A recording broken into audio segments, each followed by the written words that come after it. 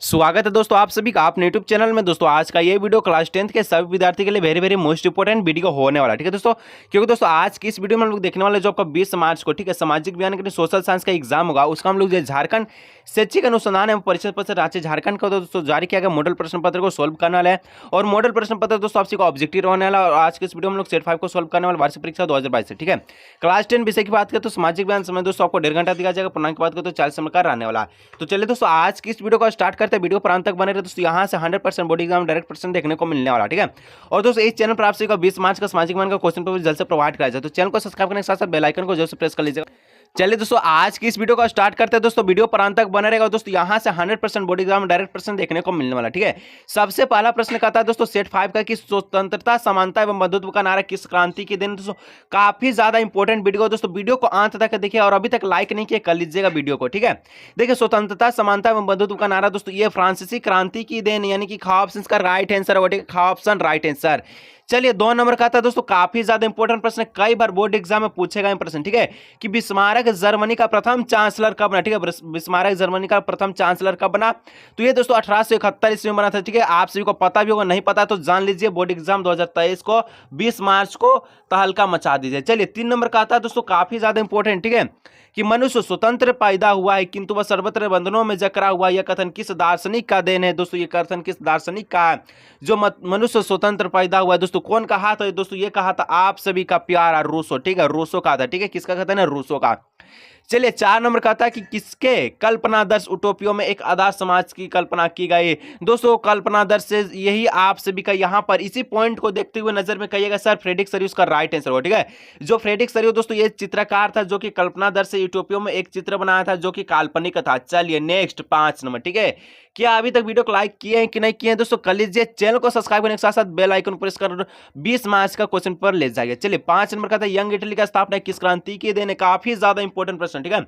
Young Italy के दोस्तों स्थापना किसकी देन है, तो ये दोस्तों आप सभी का जोसेपी मैत्सिनी का देन, यानी कि ऑप्शन का राइट आंसर होगा, ठीक है। मैत्सिनी का नाम क्या था, पूरा नाम जोसेपी मैत्सिनी। चलिए दोस्तों नेक्स्ट 6 नंबर का प्रश्न कहा था, ठीक है, कि असहयोग आंदोलन की समाप्ति किस घटना से हुई है।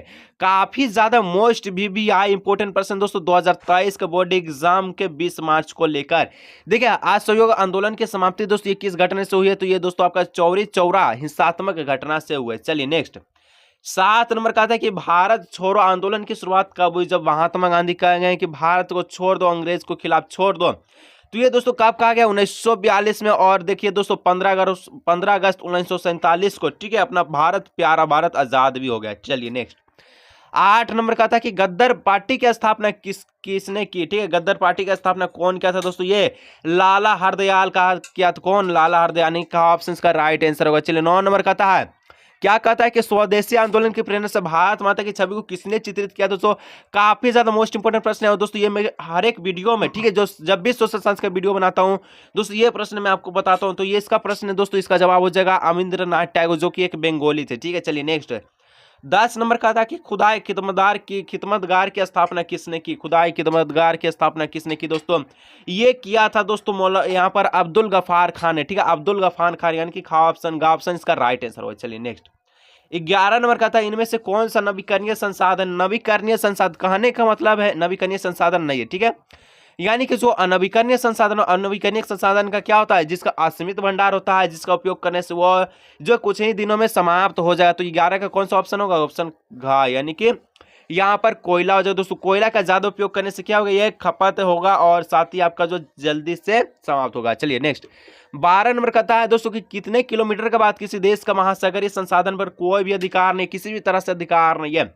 ध्यान रखिएगा कि कोई भी देश का महासागरीय संसाधन से 200 किलोमीटर के बाद किसी भी तरह का कोई भी अधिकार नहीं है, यानी कि ऑप्शन का राइट आंसर होगा। चलिए ऑप्शन राइट आंसर। चलिए 13 नंबर का था दोस्तों, काफी ज्यादा इंपॉर्टेंट प्रश्न, भारत के, ठीक है, भारत के कुल क्षेत्रफल में कितने प्रतिशत क्षेत्र पर पठारी भाग है। पठारी भाग दोस्तों 27% है, 27%, ठीक है। मैदानी भाग की बात है, ठीक है, मैदानी भाग के तो 43% है। दोनों का याद कर लीजिएगा, दोनों में से एक क्वेश्चन एग्जाम में आ सकते हैं। चलिए 14 नंबर कहता है ठीक है कि मृदा अपरदन का कौन सा कारण नहीं, किसके कारण आखिर के मृदा अपरदन नहीं होता, भूमि का कटाव नहीं होता, किसके कारण, क्या जल है, क्या वायु है, क्या हिम है, क्या वन है। सभी का आंसर कहाँ आना चाहिए, कमेंट में आना चाहिए। जल्दी से कमेंट कीजिए इसका आंसर क्या होगा सभी का, ठीक है। और नेम के साथ आना चाहिए। काफी ज्यादा इंपॉर्टेंट प्रश्न है और हल्का भी प्रश्न है, दिमाग लगा दीजिए और आंसर को कमेंट में कर लीजिए। चलिए 15 नंबर कहता है कि भारत में उपलब्ध स्तनधारियों में से कितने प्रतिशत को लुप्त होने का खतरा है। दोस्तों कितने प्रतिशत को लुप्त होने का खतरा है, तो केवल 20% को, ठीक है 20% को। अब दोस्तों इसको अब जो है कुछ ही दिनों में ये भी बढ़ने वाला। चलिए नेक्स्ट 16 नंबर कहता है कि सदाबहार वृक्ष चीर एक औषधीय वनस्पति है। दोस्तों ये किस राज्य में पाया जाता है, तो ये दोस्तों आप सभी का जो चीर है, ठीक है, काफी ज्यादा जो है औषधि वाला वनस्पति और इससे दोस्तों हर एक बीमारी को दूर किया जाता है। ये हमें आपका जो है हिमाचल प्रदेश में पाया जाता है। चलिए 17 नंबर कहता है ठीक है कि पेड़ एक विशेष असीमित दयालु और उदारपूर्ण जीवनधारी है जो अपने सतत पोषण के विकास की कोई मांग नहीं करता और दानशीलता पूर्वक अपने जीवन की क्रियाओं को भेंट करता है, ठीक है। यह सभी की रक्षा करता है, स्वयं पर कुल्हाड़ी चलाने वाले विनाशों को भी छाया प्रदान करता है। ये कथन किसका, कहने का मतलब दोस्तों जो पेड़ है, ठीक है, इसको जो है कोई बंदा काटता है तब भी जो वो काटते काटते थक जाता है और पेड़ की छांव में सो जाता है। तो ये कथन किसका, तो कथन तो दोस्तों गौतम बुद्ध का था, ठीक है, यानी कि ऑप्शन का राइट आंसर। चलिए 18 नंबर कहता है कि विश्व में, ठीक है, कहाँ, विश्व में कुल आयतन का लगभग कितना प्रतिशत भाग महासागर में पाया जाता है। तो विश्व में दोस्तों कुल आयतन का लगभग कितना प्रतिशत भाग महासागर में पाया जाता है, दोस्तों ज्यादा नहीं 71% पाया जाता है। बोलेगा सर 71% कोई कम थोड़ी ना है। चलिए नेक्स्ट 19 नंबर का था कि बहुउद्देशीय परियोजनाओं का कौन सा लाभ है, क्या बहुउद्देशीय डैम बनाने से कौन कौन सा लाभ हुआ, बाढ़ पर नियंत्रण, सिंचाई की सुविधा, जल विद्युत उत्पादन, यानी कहने का मतलब क्या, घ ऑप्शन का राइट आंसर होगा, सही कि नहीं, बोलेगा सर घ ऑप्शन का राइट आंसर। चलिए नेक्स्ट बढ़ते हैं 20 नंबर का था दोस्तों 20 नंबर कहता है कि पश्चिमी राजस्थान में वर्षा जल संग्रहण के लिए थी, किस कारण से कम हो गई।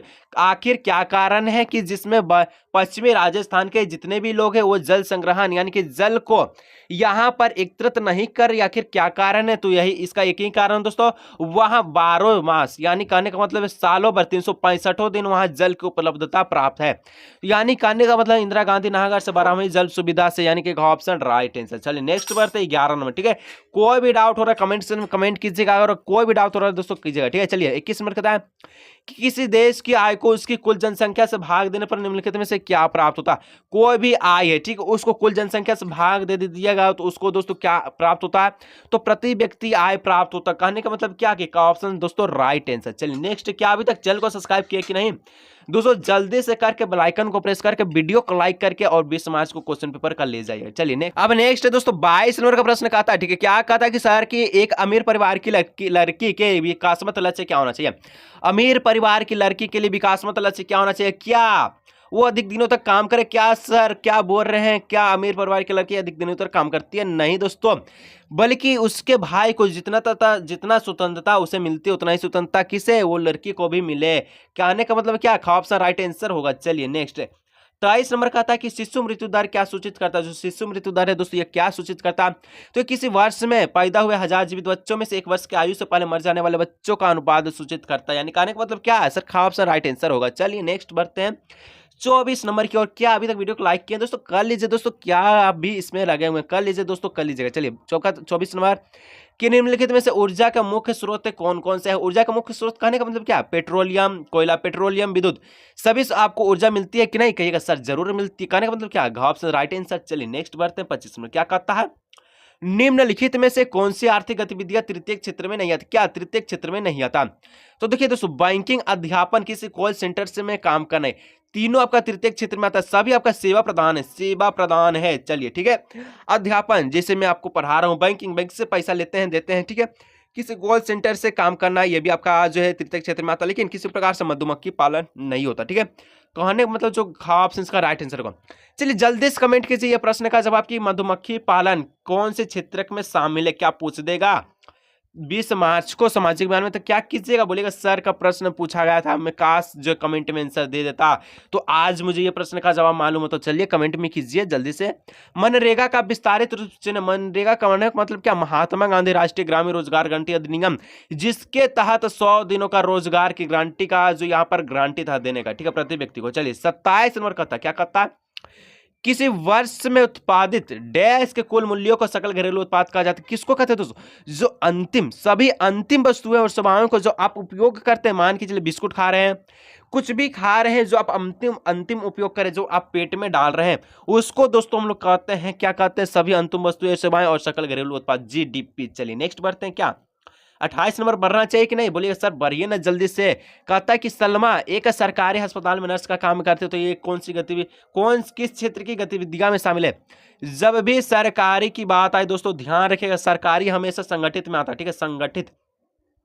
कहने का मतलब है जो अभी इस छुट्टी मारेगा, इस सलमा जो है छुट्टी मारेगी, ठीक है, तो ये दोस्तों आपका इसका जो छुट्टी मारे तो इसका वेतन नहीं काटा जाएगा, जो वेतन है इसका नहीं काटा जाएगा। लेकिन जब प्राइवेट में कोई छुट्टी मारता है तो उसका वेतन काट लिया जाता है। तो इस प्रकार से सरकारी वाला संगठित हो जाएगा, प्राइवेट वाला असंगठित हो जाएगा। चलिए 29 नंबर का था, भारत के किस क्षेत्र में छुपी हुई बेरोजगारी? छुपी बेरोजगारी का मतलब क्या है? जहां पर काम तो हो रहा है लेकिन पता नहीं चलता कि काम हो रहा है कि नहीं। तो 29 का क्या हो जाएगा? 29 का ख ऑप्शन हो जाएगा कृषि क्षेत्र। कृषि में दोस्तों काम जैसे कि होता आपको पता नहीं चलेगा कि वो कृषि जो है काम कर रहे हैं कि नहीं। चलिए कहता है 30 नंबर, क्या कहता है? इस क्षेत्र के श्रमिक, किस क्षेत्र के श्रमिक माल का उत्पादन नहीं करते? कौन माल का उत्पादन नहीं करेगा जी? जो तृतीय क्षेत्र में होगा, जो सेवा प्रदान करेगा वो माल का उत्पादन नहीं करेगा। क्या जो मैं पढ़ा रहा हूँ क्या मैं माल का उत्पादन करो? क्या मेरे द्वारा टमाटर उपयोग हो रहे हैं? क्या कुछ भी हो रहा है? कहेगा सर नहीं सर, आप तो सिर्फ सेवा का काम करते हैं। यानी तृतीय क्षेत्र इसका क्या हो जाएगा? राइट आंसर होगा। चलिए 31 नंबर बढ़ते हैं। कहता है, क्या कहता है कि बेल्जियम में सत्ता की साझेदारी के संबंध में कौन सा कथन आज सत्य है? तो दोस्तों यहां पर हो जाएगा बेल्जियम में अलग सरकार और इसमें से ढांचे एवं फ्रेंच भाषी समुदाय का यहां पर असमान प्रतिनिधित्व है। क्या कहने का मतलब क्या? Option right answer. चलिए नेक्स्ट बढ़ते हैं। कहता है 32 नंबर दोस्तों कि संघात्मक शासन प्रणाली वाला देश इनमें से कौन नहीं है? तो दोस्तों देखिए संयुक्त राज्य अमेरिका, बेल्जियम और ऑस्ट्रेलिया, ठीक है, तीनों का तीनों दोस्तों आपका संघात्मक शासन प्रणाली वाला देश है। लेकिन किसी भी तरह से श्रीलंका दोस्तों शासन यहाँ पर संघात्मक शासन प्रणाली वाला देश नहीं, बल्कि एक दोस्तों एकात्मक शासन प्रणाली वाला देश है। कहने का मतलब देखिए 33 नंबर में प्रश्न को छाप दिया है। कहता है कि निम्न में से किस देश में एकात्मक शासन व्यवस्था है? क्या होगा दोस्तों? क्या होगा? कमेंट में आंसर आना चाहिए। क्या सभी का आना चाहिए कमेंट में आंसर दोस्तों? जो भी इस वीडियो को देख रहा है सभी का आंसर कमेंट में आना चाहिए, नेम के साथ आना चाहिए, ठीक है। अभी मैंने बताया और अभी भूल जाएंगे तो क्या 2023 के 20 मार्च को क्या कर पाएंगे? कुछ नहीं कर पाएंगे, इसलिए कमेंट में कीजिए। 34 नंबर का था कि शिक्षा किस सूची में शामिल? तो शिक्षा दोस्तों समवर्ती सूची में शामिल है। जो मैं पढ़ाने का काम कर रहा हूँ शिक्षा, ये दोस्तों समवर्ती सूची में शामिल है। नेक्स्ट प्रश्न की बढ़ते हैं। 35 नंबर का था भारत में स्थानीय शासन प्रणाली कितने स्तर की है? तो दोस्तों भारत में स्थानीय शासन प्रणाली त्रिस्तरीय की है। ऑप्शन राइट आंसर करिए। चलिए नेक्स्ट बढ़ते हैं। 36 नंबर का था किस यहाँ पर संघीय सरकार की एक विशेषता नहीं है? तो दोस्तों निर्वाचित पदाधिकारी ही सरकार में सर्वोच्च ताकत का उपयोग करते हैं। दोस्तों विशेषता नहीं बल्कि जो राष्ट्रीय सरकार में अपने कुछ अधिकार प्रांतीय सरकार को देती है। विधायिका कार्यपालिका और न्यायपालिका के बीच बटी रहती है, ठीक है। सरकार की शक्ति शासन के विभिन्न स्तरों के बीच बांटी जाती है। तीनों का तीनों सत्य है, लेकिन किसी प्रकार से ऑप्शन सत्य नहीं है। चलिए नेक्स्ट बढ़ते हैं।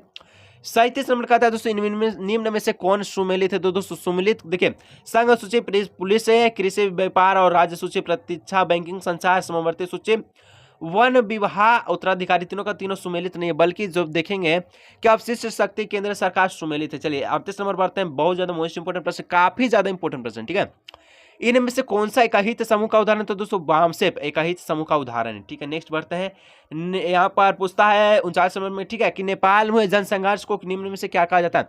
नेपाल में हुए दोस्तों जनसंघर्ष को निम्न में से क्या कहा जाता है? लोकतंत्र के लिए दूसरा आंदोलन, ठीक है। जो संघर्ष हुआ था नेपाल में, ठीक है, उसको लोकतंत्र का दूसरा आंदोलन के नाम का रूप में दिया गया। चलिए आज की इस वीडियो का लास्ट प्रश्न, क्या अभी तक वीडियो को लाइक किए हैं? कर लीजिए दोस्तों।